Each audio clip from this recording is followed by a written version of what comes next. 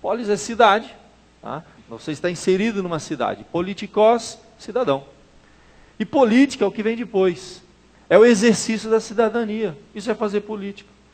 É, num certo sentido, a arte de governar também, para aqueles que tenham. Mas você, todos nós, somos chamados para fazer política. A grande crise que existe é porque política é motivo de briga, né? A gente fala que não se discute 3 coisas na vida. O que é? Futebol, time, dá briga, né? Que é uma religião. E por último, não se discute política. Mas há uma diferença enorme entre política partidária e política pública. Eu não estou falando de política partidária, gente.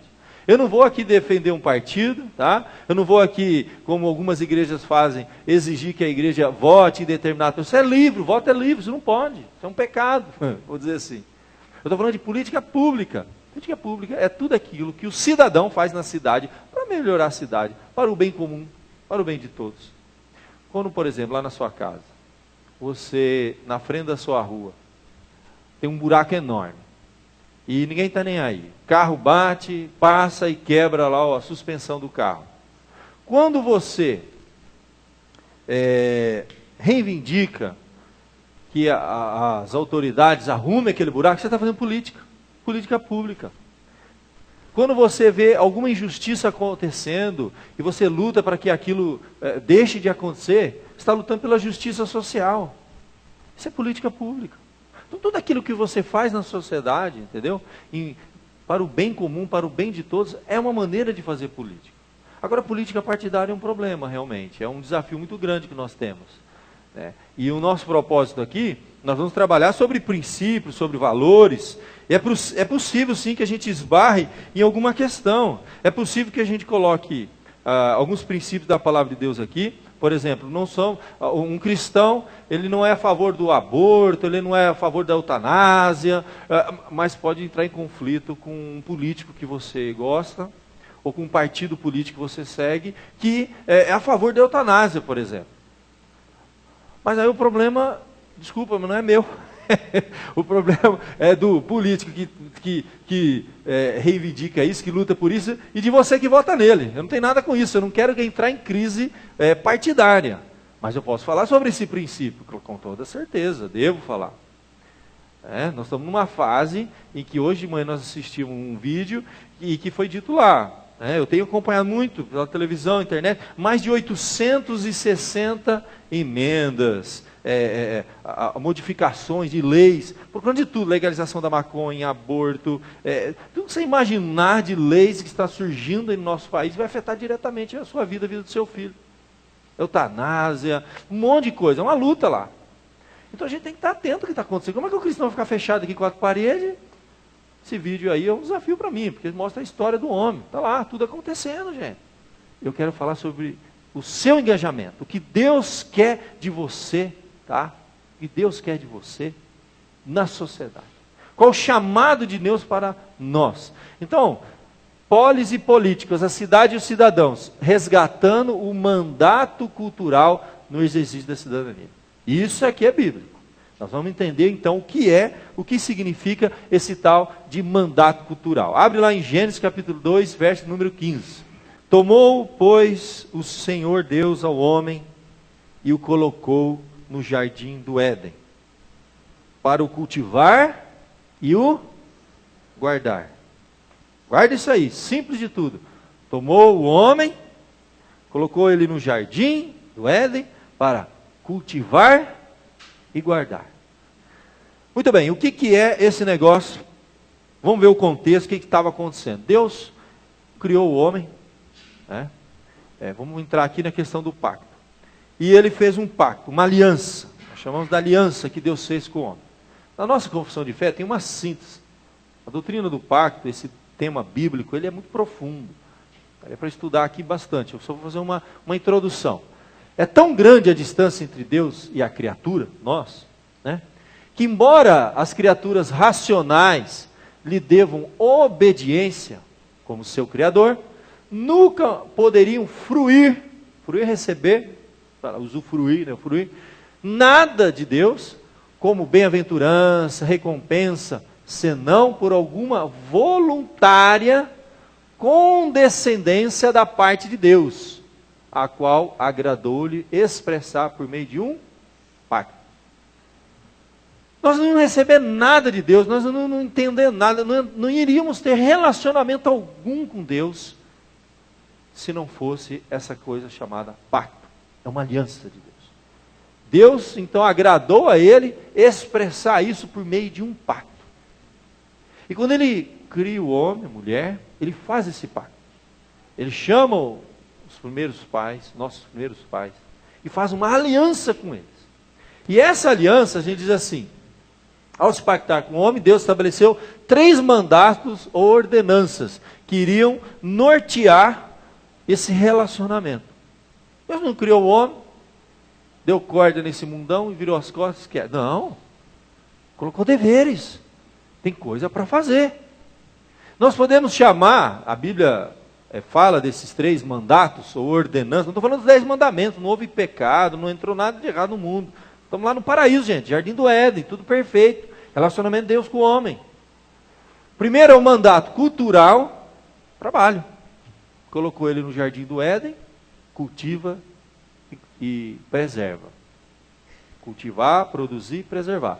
Depois, o mandato social, deixa homem, pai, mãe, se une a sua mulher, os dois se tornam uma só carne. E o mandato espiritual, vai ter um dia que você vai deixar de cuidar dessas coisas aí, entendeu? De governar o mundo, de cultivar e guardar, vai deixar de lado as questões sociais, família e tudo mais, e vai se dedicar só a mim, exclusividade, eu e você. É um dia do Senhor, é um dia que vai ser guardado para nós, no início, no sábado, era o dia do Senhor, cultuarmos a Deus, adorarmos a Deus. Esse dia do Senhor, gente, abençoou Deus ao 7º dia e o santificou, porque nele descansou de toda a obra como o Criador fizera. Nesse dia, gente, para tudo. Deus deixou as suas obras, nós devemos deixar as nossas obras aqui, nossos afazeres, nossos deveres, e nos dedicarmos a Deus. Estamos fazendo isso hoje aqui agora. É um tempo de adoração, de louvor. Havia isso no passado, gente, desde o início lá, estamos em Gênesis 2. A Bíblia diz que na viração do dia, o homem e a mulher se encontravam com Deus. Era um tempo de comunhão profunda. Era um tempo de deixar de lado todas as preocupações dessa vida para se concentrar em Deus, para renovar as forças, para louvar esse Deus, para bendizer, para alimentar a alma. Nem só de pão viverá o homem. Tem que deixar um pouquinho o pão, né, de lado, do suor do teu rosto, né? Vai trabalhar, deixa um pouco de trabalho. Nem só de pão verá o homem, toda a palavra que sai da boca do Senhor. O homem foi lá se alimentar espiritualmente, em comunhão com Deus. Sempre existiu mandato espiritual. Aqui, meu querido, Deus pretendeu que o homem e a mulher permanecessem em um relacionamento íntimo, pessoal com Ele. E Ele se fez, olha só que lindo, e Ele se fez imediata, direta, pessoal e intimamente disponível. Essa expressão não é minha, essa frase que eu coloquei, é do Dr. Gerhard von Groningen. Homem de Deus, homem de Deus. Tem um livro dele dessa grossura que ele só trata sobre esses mandatos, o pacto, a aliança extraordinária. Faleceu ano passado, já bem idoso, usado por Deus, que ele fundou faculdade de teologia em várias partes do mundo, inclusive aqui no Brasil. E lá onde eu cursei, ele foi um dos fundadores, vinha para o Brasil com a sua esposa há décadas atrás, e um homem extraordinário. Eu tenho o livro dele. E ele sintetizou essa ideia dizendo isso, que Deus pretendia que o homem e a mulher permanecessem um relacionamento íntimo e pessoal com Ele. Deus quer isso da gente. Deus quer um relacionamento íntimo e pessoal com você.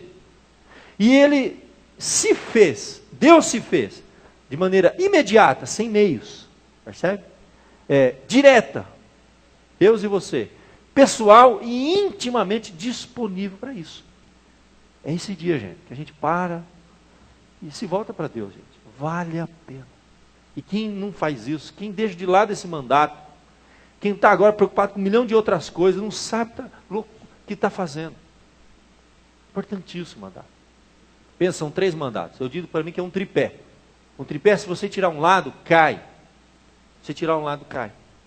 E na correria dessa vida, nas exigências, na agenda do dia a dia, gente, nós acabamos deixando de lado. Primeiro mandato que a gente deixa de lado é esse espiritual. Não dá, gente. Muita preocupação, muita coisa. Muito atrativo nessa vida, gente. Não dá. A gente deixa de lado o espiritual, deixa de buscar Deus, deixa de ter essa comunhão com Deus. As famílias estão deixando. O primeiro mandato é esse aqui. E qual é o segundo mandato que vai para o ralo? Até por consequência. O da família. O trabalho exige demais, muita ocupação não dá certo. E aí o casamento começa a entrar em crise, não consegue dar atenção para o filho. O filho vai crescendo sem orientação, sem o carinho que precisava do pai. E a coisa vai desandando, o filho toma um rumo. Acaba o casamento, acaba a criação dos filhos. O segundo mandato vai para o ralo. Aí ele segura o terceiro, porque é tudo que ele tem, né? Trabalho, né? Sou lá importante, meu ganha-pão, né? Aí a empresa quebra e te manda embora. Acharam um funcionário que faz 3 vezes mais rápido que você e metade do preço. Você acha que o patrão vai pensar 2 vezes? Ó, já era. Você fica sem nenhum. O que a gente vê acontecendo, as pessoas não entendem que é um tripé que tem que andar junto. Mandato espiritual, mandato social, mandato cultural. Essas 3 coisas estão juntas. A qual que é mais importante? Não tem como separar. É um tripé. Porque eu exerço a minha espiritualidade em família, no mandato social, nos relacionamentos humanos. Eu exerço a minha espiritualidade no trabalho. Essas 3 coisas estão tão interligadas que não dá para separar uma da outra. Você tirou uma, tudo desanda. Você tira o espiritual, vai desandar a família e vai desandar a sua vida, a sua carreira. Você vai ver que vai desandar. Tirou a mão de Deus, tirou a bênção de Deus da sua vida. Já era. Eu vejo isso acontecendo todo dia. O camarada deixa de faltar um domingo, foi 2, foi 3, vem uma vez por mês, quase não vem. Daqui a pouco a gente começa a ver problema na família. Daqui a pouco a gente ouve notícia, o casamento, pastor, acabou. Aí tudo desanda, eu vejo isso acontecer todo dia, desconstruindo assim. Simples. Deus fez um pacto, mandato cultural, social, espiritual. Leva a sério essas 3 coisas na sua vida. E você vai ver o que Deus vai fazer na sua vida. Presta atenção nisso aí. Então, meu querido, o foco hoje não é trabalhar, se aprofundar nesse mandato espiritual. Importantíssimo, todos são importantes. O foco, vamos para frente. O mandato social. Por isso, deixe o homem, pai e mãe, se une a sua mulher, tornando-se os 2 uma só carne. Deixe o homem, pai e mãe, une. Os 2 se tornam uma só carne. Isso é o início, é a formação da sociedade. O que é uma sociedade? Começa aí, olha. Começa com várias famílias, vai formando um clã. E aí, olha que coisa interessante que o Van Groningen diz. Deus criou a humanidade à sua imagem e semelhança.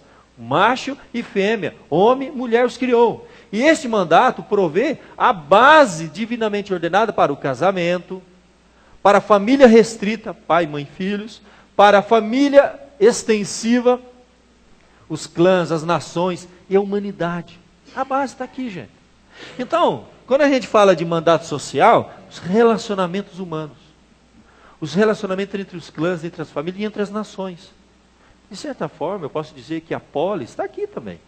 É relacionamento, tem tudo a ver. Começa dentro de casa. E a gente diz, e é uma verdade, famílias fortes, igreja forte. Famílias fortes, uma nação forte. Famílias destruídas, igreja fraca e uma nação. Nada vai para frente. Isso não tem como, gente. Isso é um princípio que Deus criou. Famílias fortes, uma nação forte. Tudo vai para frente. Bênção. Isso é importantíssimo. Mandato social. Começa aqui com a família. E vai formando. Agora, o meu ponto é esse terceiro mandato que eu quero me aprofundar. Não vou me ater muito aos demais. Mandato cultural. Trabalho. Trabalho não é maldição, gente. Às vezes a pessoa não lê direito lá em Gênesis, fala, então Deus amaldiçoou o homem com o trabalho agora. Segundão está aí, ó. Dia triste, 7 horas da manhã, 6 horas.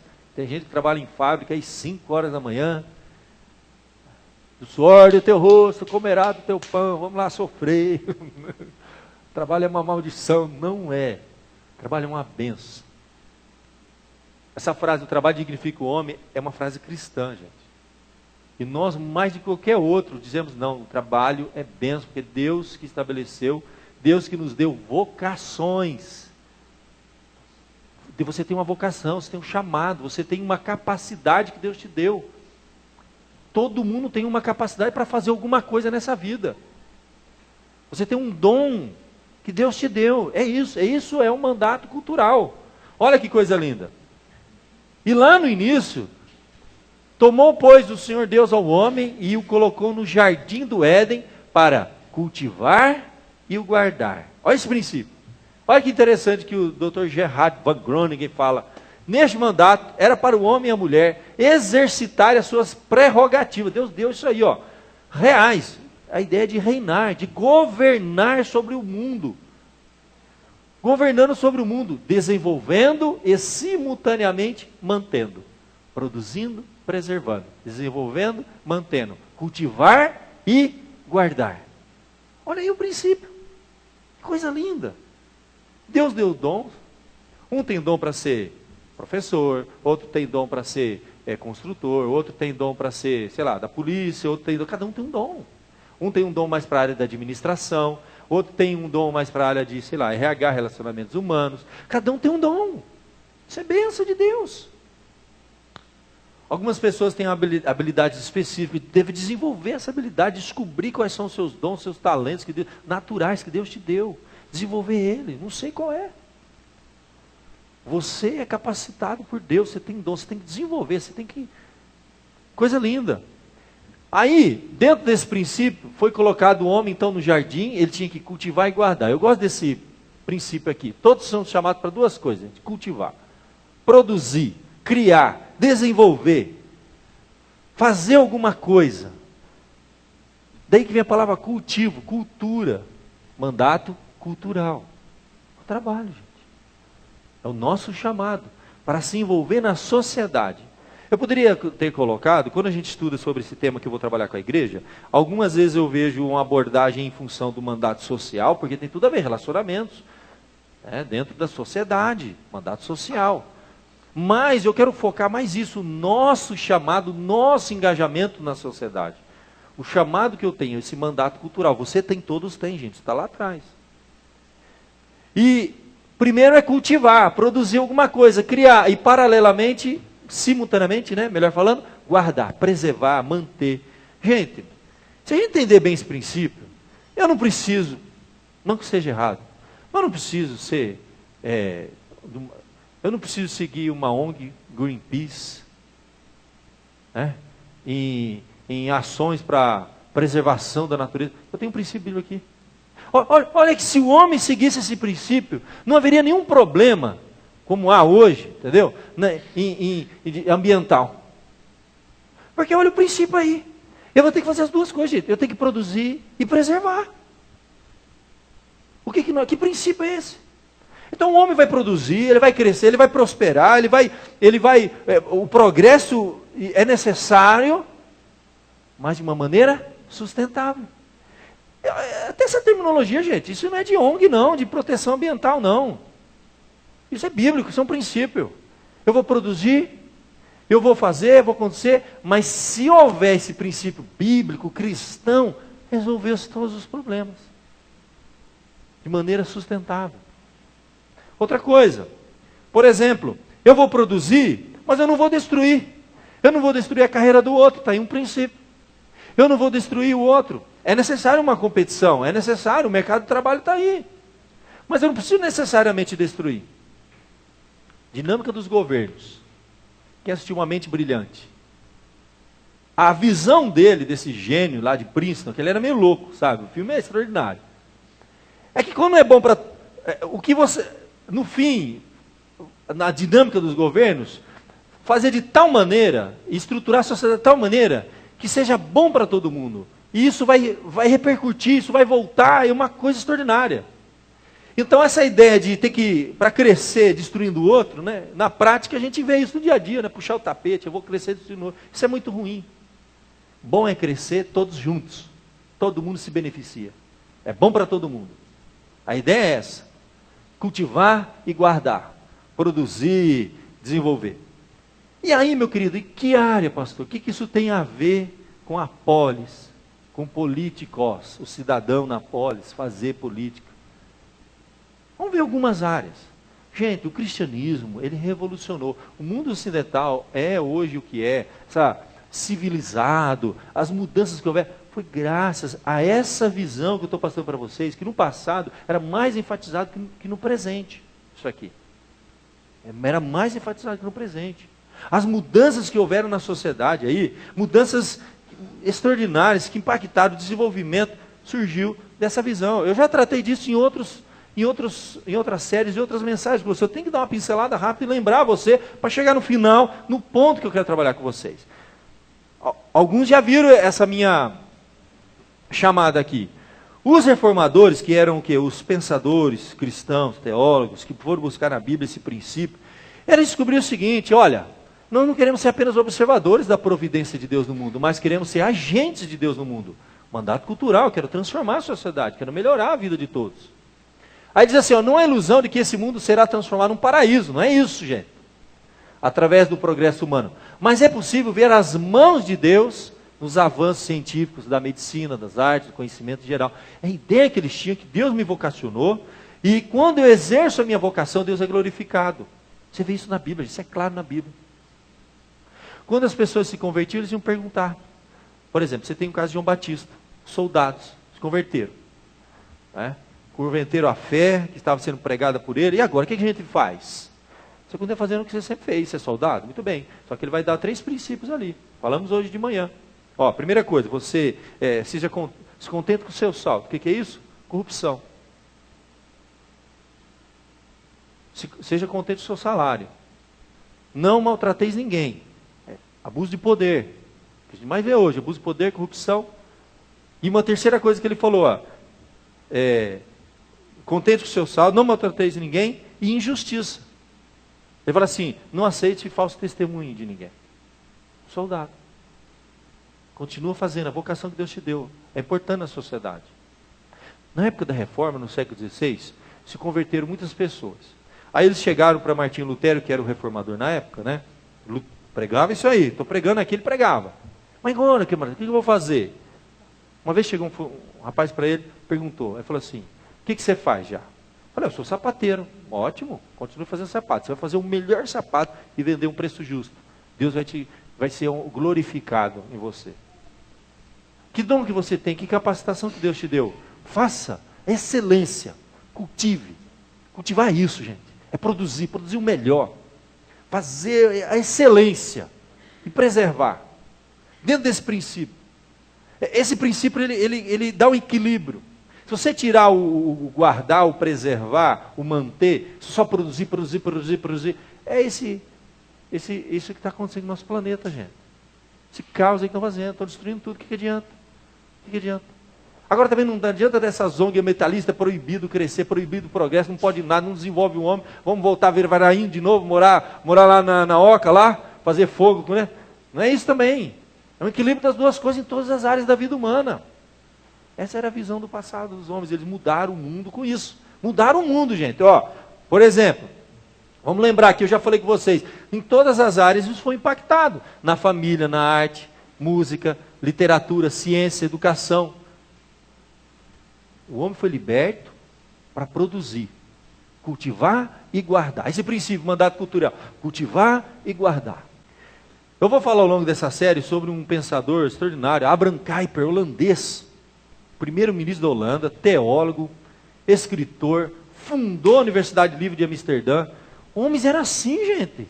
Eles estavam aqui na igreja louvando a Deus no domingo, mas chegava na segunda-feira, gente, ele colocava em prática, ele mudava, ele reivindicava, ele fazia a verdadeira política, lutava por justiça social, via as coisas erradas, ele não se conformava com as coisas erradas, com as injustiças sociais, ele queria mudar o mundo, e mudaram.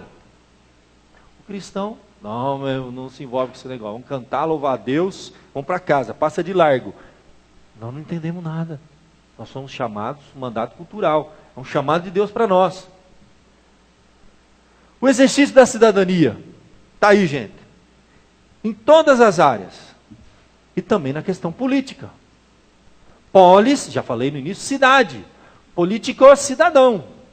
Se você, isso era o termo grego, usado na Grécia Antiga, então aquele que nascia na cidade era o cidadão livre, ele era o politikos, que nasceu na polis, ele era um cidadão. Nós somos aqui, ó, cidadãos urbanos, e temos um desafio, do que? Fazer, aí no grego é outra palavrinha, politiké, a boa política, a política que muda o mundo, né? A política que vai trazer justiça social. A verdadeira religião é esta, diz Tiago. Enquanto a gente não entender isso, e isso sair das 4 paredes da igreja, o nosso discurso não se tornar prático lá, enquanto você não se tornar um inconformado com as injustiças desse mundo, e lutar por elas, nós não entendemos.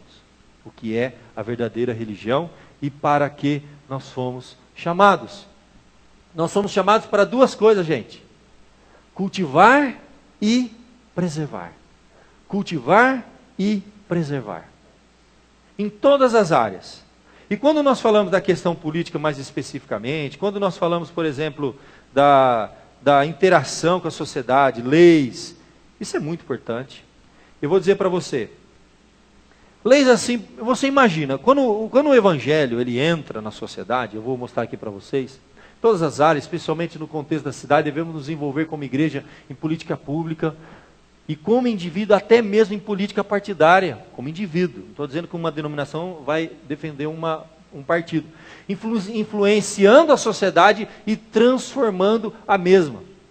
Quando o evangelho é pregado com fidelidade, ele inevitavelmente, gente, se ele for pregado com fidelidade, inevitavelmente vai invadir as estruturas da sociedade, vai confrontar as cosmovisões reinantes, ou seja, maneira das pessoas pensarem. Ele tem que fazer isso, o evangelho tem que entrar na sociedade e mudar a maneira de ser das pessoas, não pela força, mas é por cada um de nós, quando somos chamados a exercer os nossos mandatos, e influenciando positivamente, fazendo justiça social. Olha o que vai acontecer: confronta as cosmovisões reinantes, anulando sofismas e toda altivez se levando contra o conhecimento de Deus, levando cativo todo pensamento à obediência de Cristo. Essa é uma passagem lá de 2 Coríntios 10, 4, 5. O Evangelho faz isso, gente.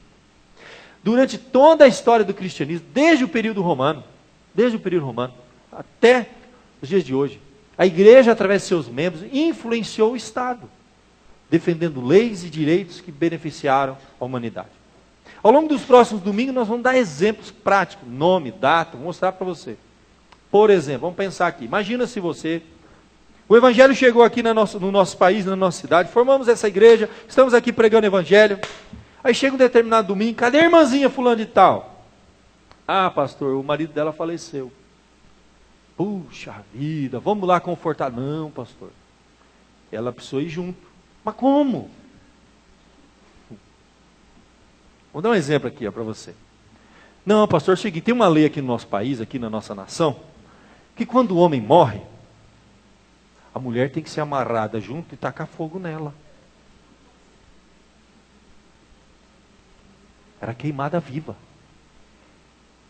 Ah, tá bom. Vamos orar pelos filhos que ficaram órfãos agora de pai e mãe, né? Glória, glória, aleluia. Vamos cantar. Vocês iam ficar em paz com um negócio desse? Você consegue imaginar uma coisa dessa? Aí semana que vem, morreu o marido, a mulher dá graças a Deus, ficou livre, rapaz, do negócio, e agora vai ter que morrer queimada. Viva. Monte. Todo dia a gente ouve falar, morreu fulano, vamos no enterro do coisa e na cremação da mãe, mulher viva. Sobrou. Morreu o homem, fogo na mulher. Lei no nosso país, mulher sendo queimada viva direto, todo mês, toda semana. O cristianismo não pode interferir no Estado. Vamos fechar as portas. Glória, glória, aleluia. Vocês conseguiriam viver em paz com um negócio desse, gente? William Carey, missionário, no século passado, pregou o evangelho na Índia, vendo mulher sendo queimada viva durante muito tempo, membro da igreja, uma atrás da outra, queimada viva, queimada viva. Era uma prática chamada sati. Era um ritual que as viúvas eram queimadas vivas junto com o marido morto. Você acha que ele vai ficar em paz com um negócio desse? Foi ele que influenciou o Estado. É isso que eu estou dando exemplo. Prática é isso. Lutou para mudar as leis do seu país. O cristianismo não pode interferir. Vamos queimar a mulher viva. Interferiu, lutou, reivindicou, implantou o cristianismo lá, o evangelho foi invadindo as estruturas, confrontando a visão de mundo das pessoas, e aí ele conseguiu mudar aquela sociedade, um país inteiro, e provar para as pessoas que matar a mulher, queimar a mulher viva não é um bom negócio, entendeu? E ele conseguiu, até que finalmente criaram uma lei, proibiram, o Estado lá proibiu negócio de queimar mulher viva. Não queima mais mulher viva. Hoje, atual, existem 33 milhões de mulheres viúvas lá.